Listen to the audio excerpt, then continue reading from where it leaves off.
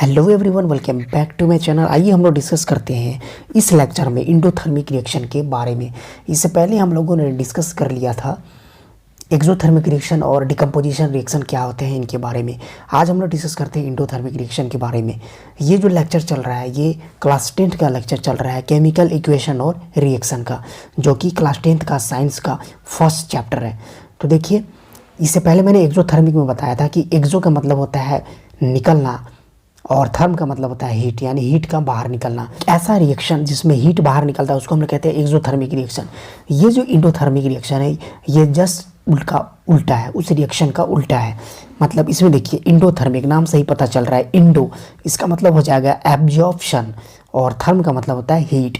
मतलब ऐसा रिएक्शन जिसमें हीट का एब्जॉर्प्शन होगा, यानी कि हीट का उष्मा का अवशोषण होगा, तो उसे हम कहते हैं उष्मा शोषी अभिक्रिया या इंडोथर्मिक रिएक्शन। देखिए, इसका डेफिनेशन हम कैसे लिखेंगे। इसका डेफिनेशन हो जाएगा the reaction which occur by the absorption of heat. एक ऐसा रिएक्शन जो हीट का एब्जॉर्प्शन से होता है, यानी उष्मा का अवशोषण से होता है, हीट को एब्जॉर्ब करने से होता है, either in the form of light, या तो लाइट के फॉर्म में, और इलेक्ट्रिसिटी, या तो इलेक्ट्रिसिटी के फॉर्म में हीट को एब्जॉर्ब किया जाएगा। उस रिएक्शन को हम कहेंगे इंडोथर्मिक रिएक्शन। इसका one of the best example है फोटोसिंथेसिस, जो कि प्लांट्स में होता है। फोटोसिंथेसिस में जनरली होता क्या है, प्लांट क्या करता है, जो कार्बन डाइऑक्साइड है एटमॉस्फेयर में, उस कार्बन डाइऑक्साइड को, और जो वाटर है ज़मीन के नीचे यानी कि रूट से वाटर को एब्जॉर्ब करता है, और कार्बन डाइऑक्साइड जो कि एटमॉस्फेयर में, ये दोनों कंबाइन होते हैं सनलाइट के प्रेजेंस में। ये देखिए सनलाइट, ये जो सनलाइट है इसका मतलब जो सनलाइट है इसी से उसको हीट मिलेगा, इस रिएक्शन में हीट मिलेगा सन से, सनलाइट से जो एनर्जी मिलेगा वो हो जाएगा हीट एनर्जी। तो यही हीट एनर्जी प्लांट यूज करेगा फोटोसिंथेसिस रिएक्शन में, और क्लोरोफिल के प्रेजेंस में ये रिएक्शन होगा। यानी कि इसमें जो मटेरियल रिक्वायर्ड होता है फोटोसिंथेसिस में, वो आपका सनलाइट चाहिए, क्लोरोफिल चाहिए, और वाटर चाहिए, और कार्बन डाइऑक्साइड चाहिए। यानी कि ये चार चीज़ें हमें चाहिए फोटोसिंथेसिस में।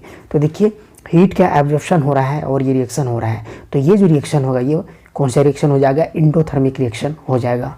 और इसमें आप ध्यान देंगे, बाद में रिएक्शन के बाद बनेगा वो क्या बनेगा, ग्लूकोज बनेगा, C6H12O6 यानी ग्लूकोज। फिर ऑक्सीजन रिलीज होगा, और इसी ऑक्सीजन को हम लोग ब्रीद इन करते हैं। यानी कि इस रिएक्शन में क्या निकलता है, ऑक्सीजन निकलता है, और इसी ऑक्सीजन को हम लोग यूज़ करते हैं ब्रीद इन करने में, यानी कि श्वसन में यूज करते हैं।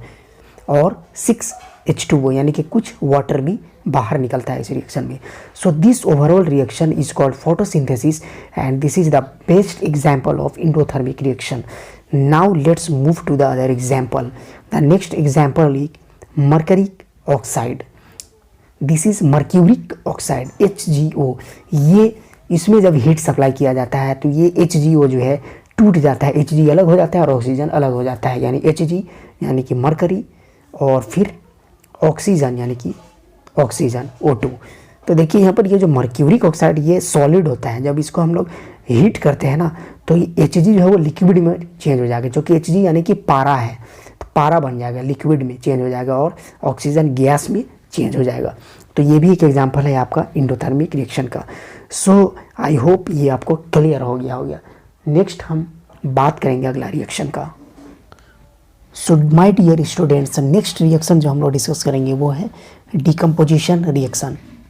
जैसा कि नाम से ही पता चल रहा है, डिकम्पोजिशन यानी कि डिकम्पोज होना, यानी कि टूटना। यानी कि इसका जो पैटर्न होगा, मैंने पहले भी बताया है पिछले वाले वीडियो में, इसका जो पैटर्न होगा वो ए सब्सटेंस अगर है मान के चलो, तो ये जो ए सब्सटेंस है ये डिकम्पोज हो गया B+C में, यानी एक सब्सटेंस दो से अधिक सब्सटेंसेस में टूट जाएगा। एक सब्सटेंस जब दो से ज़्यादा सब्सटेंस में टूट जाता है तो उसको हम कहते हैं डिकम्पोजिशन रिएक्शन। इसको हम लोग हिंदी में कहते हैं वियोजन अभिक्रिया। देखिए, इस रिएक्शन में क्या होता है, इसको हम डिफाइन कैसे करेंगे। Those reactions in which a compound splits up, यानी कि स्प्लिट्स अप मतलब होता है टूटना। Those reactions in which a compound splits up into two और सिंपलर सब्सटेंसेस। एक ऐसा रिएक्शन इन विच जिसमें एक कंपाउंड टूट जाता है दो या और उससे सिंपलर सब्सटेंसेस में, उसको हम लोग कहते हैं decomposition reaction. This reaction is carried out by applying heat, light और इलेक्ट्रिसिटी। और ये जो रिएक्शन होगा इसको हम कैसे कराते हैं, इस रिएक्शन के लिए क्या क्या फैक्टर्स ज़रूरी है, वो है हीट, लाइट और इलेक्ट्रिसिटी। या तो हीट चाहिए, या तो लाइट चाहिए, या तो इलेक्ट्रिसिटी चाहिए। अगर ये मिल जाएगा तो ये डिकम्पोजिशन रिएक्शन हो जाएगा, यानी कि कोई भी सब्सटेंस दो या दो से अधिक सब्सटेंस में टूट जाएगा।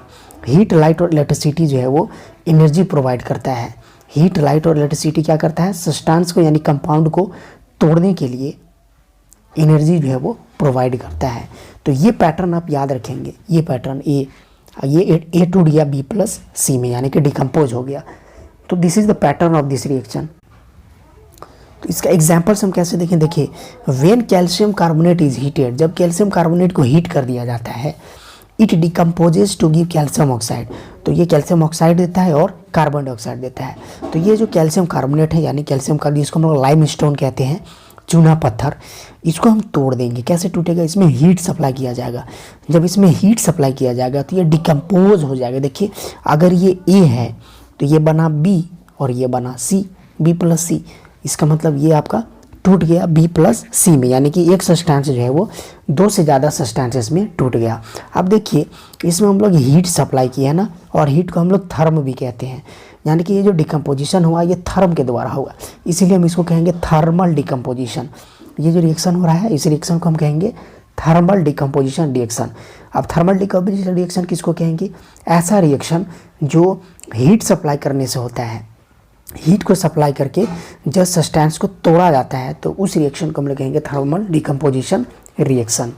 अगला जो एग्जाम्पल है हमारा वो है फेरस सल्फेट, यानी कि जो फेरस सल्फेट है ये ग्रीन कलर का होता है, इसलिए मैंने इसको ग्रीन कलर पेन से लिखा है, ग्रीन कलर। तो ये जो ग्रीन कलर का सल्फर है, अगर आप इसमें ये जो ग्रीन कलर का सल्फेट है, अगर आप इसमें हीट सप्लाई करेंगे ना, हीट सप्लाई करेंगे तो ये फेरिक ऑक्साइड में टूट जाएगा, Fe2O3 फेरिक ऑक्साइड।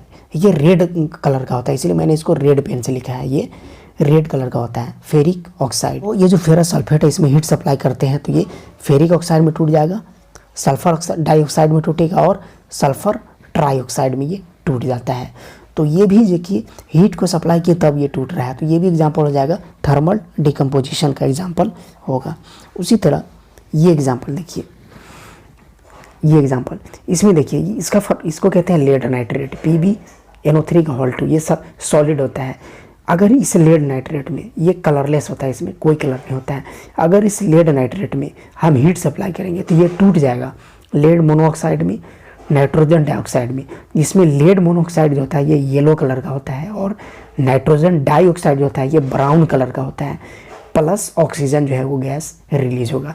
तो ये जो रिएक्शन है ये भी एग्जाम्पल है आपका डिकम्पोजिशन रिएक्शन का, और ये थर्मल डिकम्पोजिशन रिएक्शन है। Let's see one more example likewise.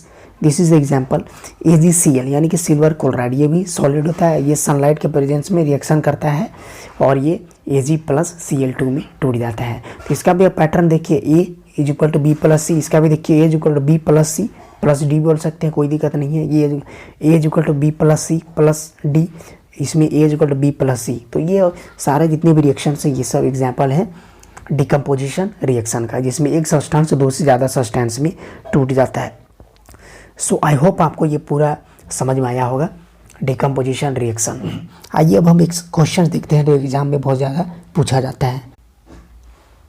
Question ये है कि why decomposition reaction called the opposite of combination reaction, यानी कि जो डिकम्पोजिशन रिएक्शन होता है इस रिएक्शन को हम लोग कॉम्बिनेशन रिएक्शन का उल्टा क्यों बोलते हैं।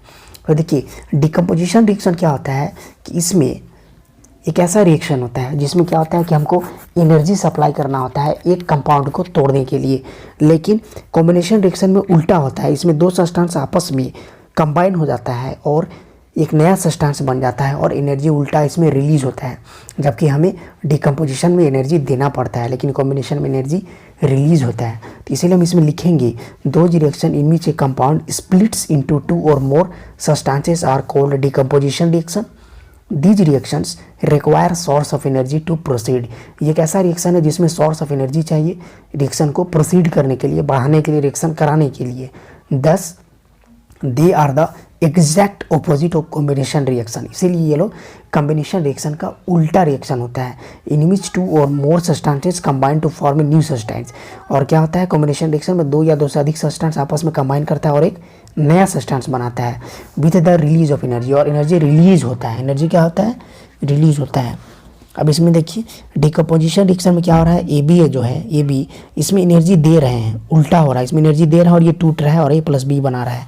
एग्जांपल देखिए जैसे H2O, तो अगर ये H2O है तो इसको हम क्या करेंगे, इलेक्ट्रोलाइसिस करा देंगे, ठीक है, इलेक्ट्रिक करंट पास करके इसको तोड़ देंगे तो यह हाइड्रोजन और ऑक्सीजन में अलग हो जाएगा, तो ये डिकम्पोजिशन रिएक्शन हो गया। यानी कि इसमें हम इलेक्ट्रिकल एनर्जी दिए तब ये टूटा, तो इसलिए हम इसको कहेंगे डिकम्पोजिशन रिएक्शन, क्योंकि ये एक सब्सटेंस 2 से ज़्यादा सब्सटेंस में टूट रहा है और एनर्जी हम इसमें दे रहे हैं।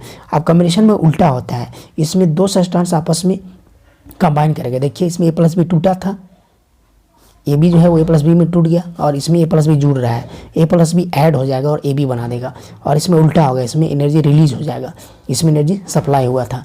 जैसे एग्जांपल 2H2 + O2, अगर हाइड्रोजन ऑक्सीजन को कंबाइन करा दिया जाए तो H2O बन जाता है और एनर्जी रिलीज होता है। तो ये क्वेश्चन जो है एग्ज़ाम में पूछा जाता है, इस क्वेश्चन को आप अच्छी तरह से देख लेंगे ताकि एग्ज़ाम में अगर आए तो एग्ज़ाम में आप इसको आराम से लिख सकते हैं। बाकी के रिएक्शंस को हम लोग बाकी के अगले वाले वीडियोस में देखेंगे, टोटल का टोटल समझाया जाएगा जितने भी रिएक्शंस हैं एकदम ईजी वे में, ताकि आपका कोई भी क्वेश्चंस भी ना छूटे। So don't worry, just watch all the videos and subscribe the channel, hit the bell icon so that you can get all the updates from me. So thanks for watching, have a nice day and night, thank you.